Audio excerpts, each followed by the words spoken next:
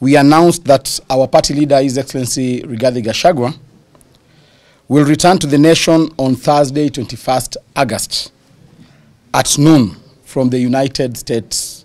We are also adequately informed of the mischief and also plans by President William Ruto to have our party leader arrested.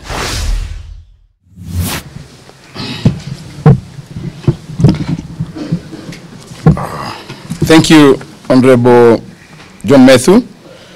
First, I want to welcome you to this press conference. We are here gathered as members of the Democratic for the Citizens Party.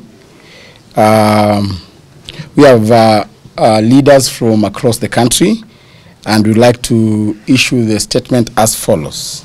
We, the DCP, we wish to address ourselves to the nation of Kenya and the patriotic citizens of our beloved country as follows. Last week, we announced that our party leader, His Excellency GACHAGUA, will return to the nation on Thursday, 21st August at noon from the United States of America. We want to confirm that his return is still as scheduled. Second, we call on the people of Kenya to show up at the Jomo Kenyatta International Airport at 8 a.m. to receive our beloved party leader. We shall have a mother of all peaceful processions upon his arrival. The procession will begin from the Jomo Kenyatta International Airport to the Central Business District and later address a public rally at the hallowed Kamkunji grounds.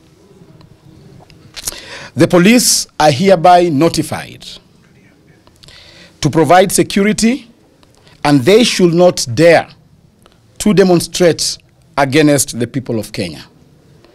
We have done a letter to the Inspector General notifying him of the said activity.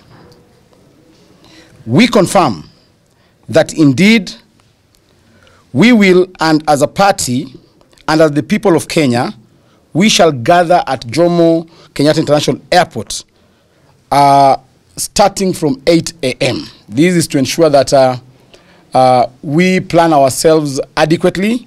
We have people traveling from across the country, all the way from Tesoland, from Luoland, and therefore we want to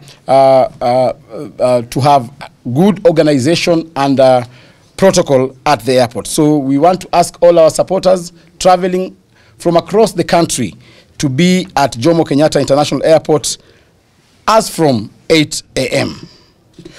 We are also adequately informed of the mischief and also plans by President William Ruto to have our party leader arrested upon his arrival at Jomo Kenyatta International Airport.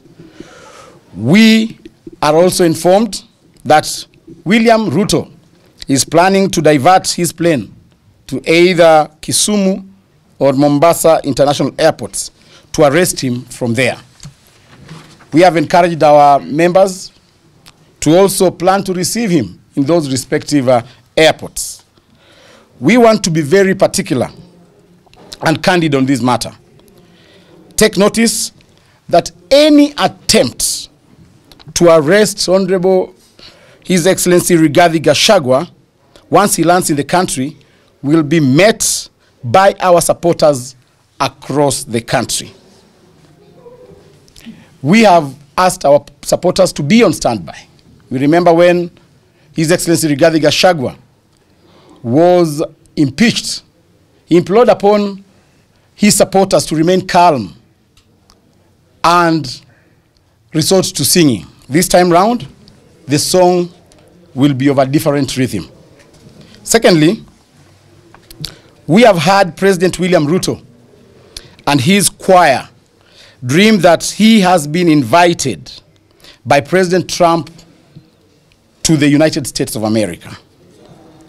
Mr. Ruto, on your address to the 80th session of the United Nations General Assembly under the theme, Better Together, 80 years and more for peace, development, and human rights. President Ruto, what are you going to address the UNGA looking at this year's theme and the UN principles? Is it about extrajudicial killings, abductions, forced disappearances, rapid support forces of Sudan, corruption, illegal gold trade, or illegal detentions? Or on this matter, we, the Democratic Party, Citizens Party of Kenya, wishes to bring to the attention of the global community and the United Nations General Assembly that the President of Kenya has consistently violated the very principles upon which the UN was founded. That is human rights, dignity, and peace. Under his watch, Kenya has witnessed brutal suspension of peaceful demonstrations. Young Kenyans exercising their constitutional rights to protest have been met with live bullets, unlawful detentions, and state-sponsored abductions. Systematic violation of freedom of expression. Journalists, whistleblowers, and activists continue to be harassed and silenced. Failure to protect human life. Innocent citizens have died at the hands of security forces with no accountability from the Kenyan government. The UN Charter, the Universal Declaration of Human Rights, and the multiple treaties Kenya is a signatory to all demand protection of fundamental freedoms. Yet, the President of Kenya seeks to parade himself as a statesman before the international community, while his regime is guilty of bloodshed at home. We therefore join the young people of Kenya in petitioning the United Nations not to grant Mr. William Ruto the honor of addressing the upcoming convention. Doing so would amount to legitimizing dictatorship, tyranny, and betraying the young, the women, and the people of Kenya, whose only crime was demanding their rights, justice, and accountability. We therefore call upon the UN General Assembly to review his eligibility to speak on matters peace and human rights.